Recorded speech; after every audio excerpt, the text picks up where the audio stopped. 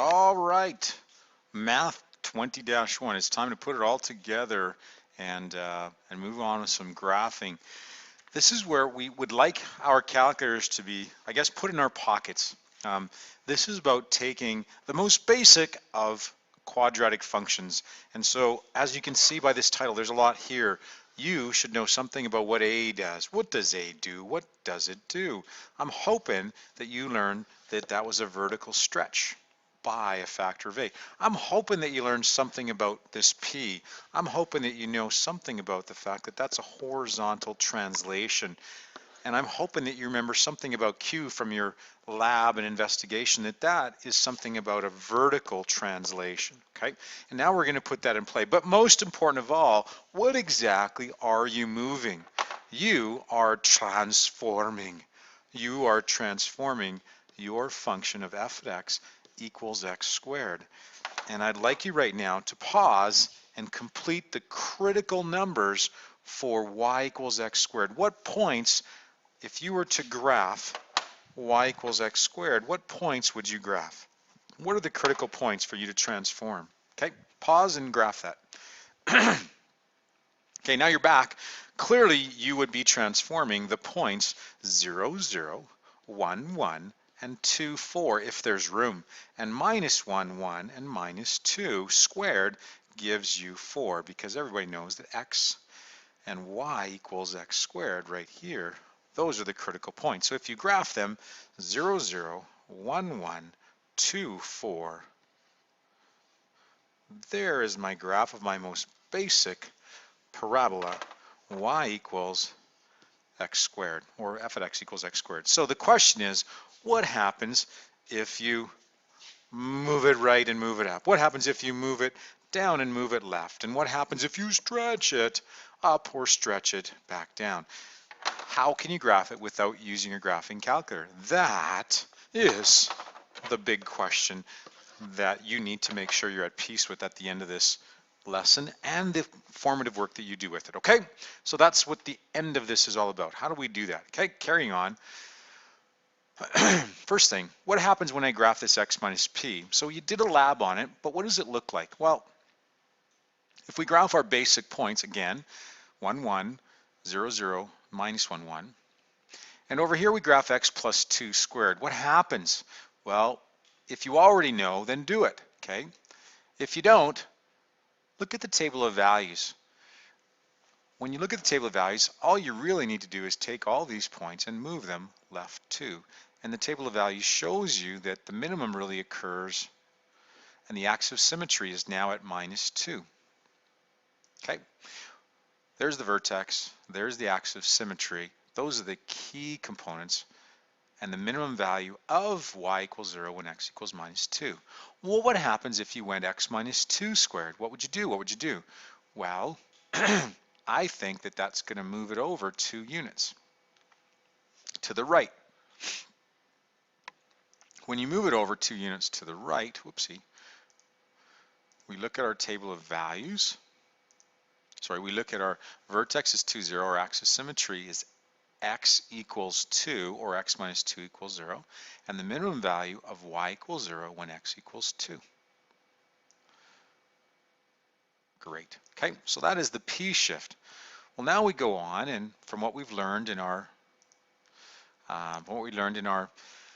notes, what about x minus 4 squared? Well, where would that go? Well, if I plot that, go ahead. Where would that be? Where would that be? Well, oops, I think I went through that too fast.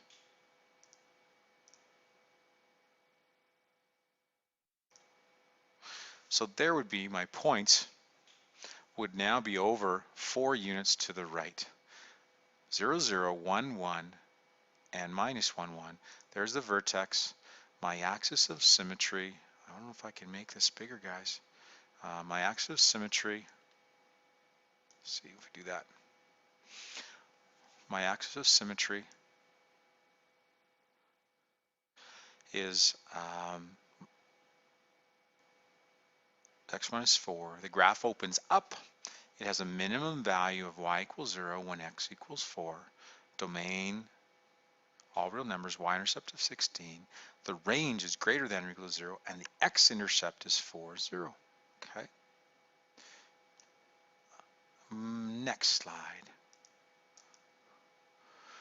What is the standard form of a quadratic equation? We can write it in different forms.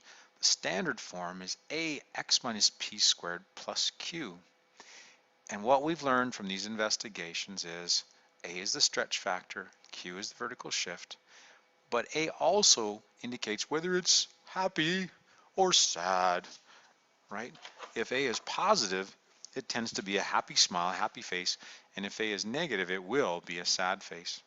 The coordinates of the vertex are determined by that horizontal shift left and right and up and down. The axis of symmetry is determined by that horizontal shift. Is it really a question? And again, here's our guy. Oops, nope, I want to go back. I wanted to make sure you could see that. These slides are really big. So if a is greater than 0, the graph opens up, and when a is less than 0, the graph opens down. It has a maximum value, okay?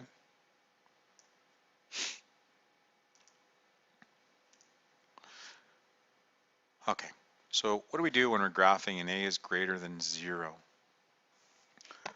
All right, math 20. So these are the steps that we're going to follow to complete this graph. So I'm just going to sort of pause it, and I want you to follow these instructions as we go through. So the first thing I want you to do is just to put some tick marks to kind of make this into graph paper. So 1, 2, 3, 4, 5, that should do. And then if I go 1, 2, 3, 4, 5, 6, we go up here somewhere, 7, 8. Okay, and then maybe -1 and down a couple. 1, 2, 3. Okay, so let's follow the instructions that they gave us. So the first thing it does is think of the critical points of the parabola. So even if I do those first three, 0, 0, 1 squared, 1 squared is 1, -1 squared is 1. Now you can go 2 squared is 4, but we're probably going to run out of room. So let's just go with that for now. So if I graph those 3 points, there's my basic parabola with my arrows that go up forever. What have I done? I have taken care of number 1. The second step says to complete the stretch factor, the a value. So I've graphed, in this graph, I've graphed y equals x squared. Now here in step 2, I'm going to graph y equals 2x squared. And why am I doing that? Because my graph has a stretch factor of 2. So how does a stretch factor of 2 do? Well, I'm going to draw that. I'm going to label this. I've just finished graphing y equals x squared. So now I'm going to graph y equals 2x squared. I will use green. When I graph y equals 2x squared, every point now gets doubled. This is 1 unit tall. That now becomes 2 units tall because it needs to be twice as high. This is 1 unit, and now, whoopsie, now that becomes 2 units because, again, it now is twice as tall. So when I graph this, I've now stretched it. This is an anchor point, and now I've graphed y equals 2x squared. So now I'm getting closer to being done. I'm not completely done, but I am getting closer. I'm just going to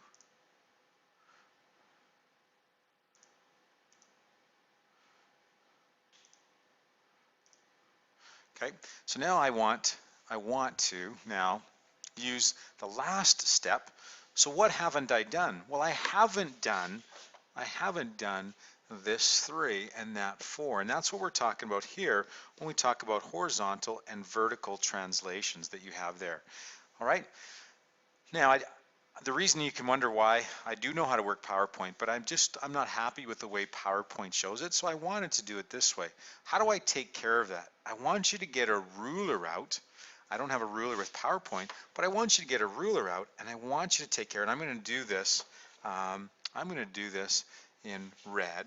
So I take care of this 3 and this 4. Now what does that do? It moves our graph right 3. So I'm now going to set up a new crosshairs. I'm going to go right 3, and I am going to go up 4. So I am going to set up right here. If you can just ignore that red dot there, please. So that is my new, you might call it imaginary X and Y axis. And all these points that I have here need to be moved over 3 and up 4. So the easiest thing for me to do is just to say, well, this green point right here is really going to go over 3 and up 4. So why don't I just say it's right there? So I'm not even going to think about moving them all, because this point right here is over 1 and up 2. So I go over 1, up 2, and back 1 and up 2, and I've got my new graph that looks like that. All right, so there is my graph that is now done everything. It's got a 2 stretch, and it's also got x minus 3 squared plus 4. It's been stretched by 2, moved right 3 and up 4, and that's the completed graph. If we go to the next graph,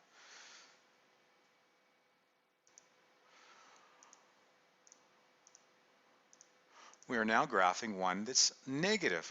Well, that works really well as well. Again, I'm just going to stop the show, and we're going to follow our steps like we did in the last one.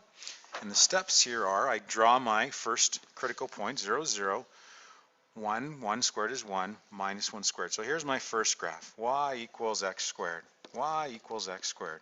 I then look for my stretch factor. I have a stretch of minus 6. So now I'm going to graph y equals minus 6 x squared. And that one, like we did in the last one, is going to be in green. So what does minus 6 look like? Well, this point here is going to have to go, instead of being plus 1, it's going to have to go, and I'm out of room, 1, 2, 3, 1, 2, 3, 4, 5, 6. It's going to be down 6. So we're going to have a little trouble drawing it on this thing, but it's got to go down 6 units, right? And on the other side as well. Okay, so it's got to be 1 minus 6. Now you can't see it because it's off the screen. And this one's going to be minus 1 and minus 6, and it's way down there as well. Okay, so now what do? Well, the next part was our red graph, and we need to move everything over. Whoops, must be red. Now y equals, and we're supposed to take care of this 1 and this 5. What does that do? It moves everything over left 1, so I go left 1. There's my imaginary axis, and up 5. 1, 2, 3, 4, 5. So there's my imaginary axis there. Now I plot my new graph, and my new graph is 0, 0, 1, minus 6, 1, 2, 3, 4, 5, 6. Whoa, is that ever a steep, sad parabola? And on the other side, it's minus 1, minus 6, and we go like this. And that's what that graph looks like when you stretch it by this, and we've completed the graph minus 1, x plus 1, squared plus 5. So that's a procedure for graphing those. We need to practice that more. Well, the last thing we want to complete is finding intercepts. So if I have a function like this and I was asked to find the y-intercept, we know that what we need to do is simply set what x equals 0. Now you got a little bit of work to do. When x becomes 0, you have 0 minus 4 squared, 2 times 16, y equals 20. It's a little bit of work. What if you want to find the x-intercept?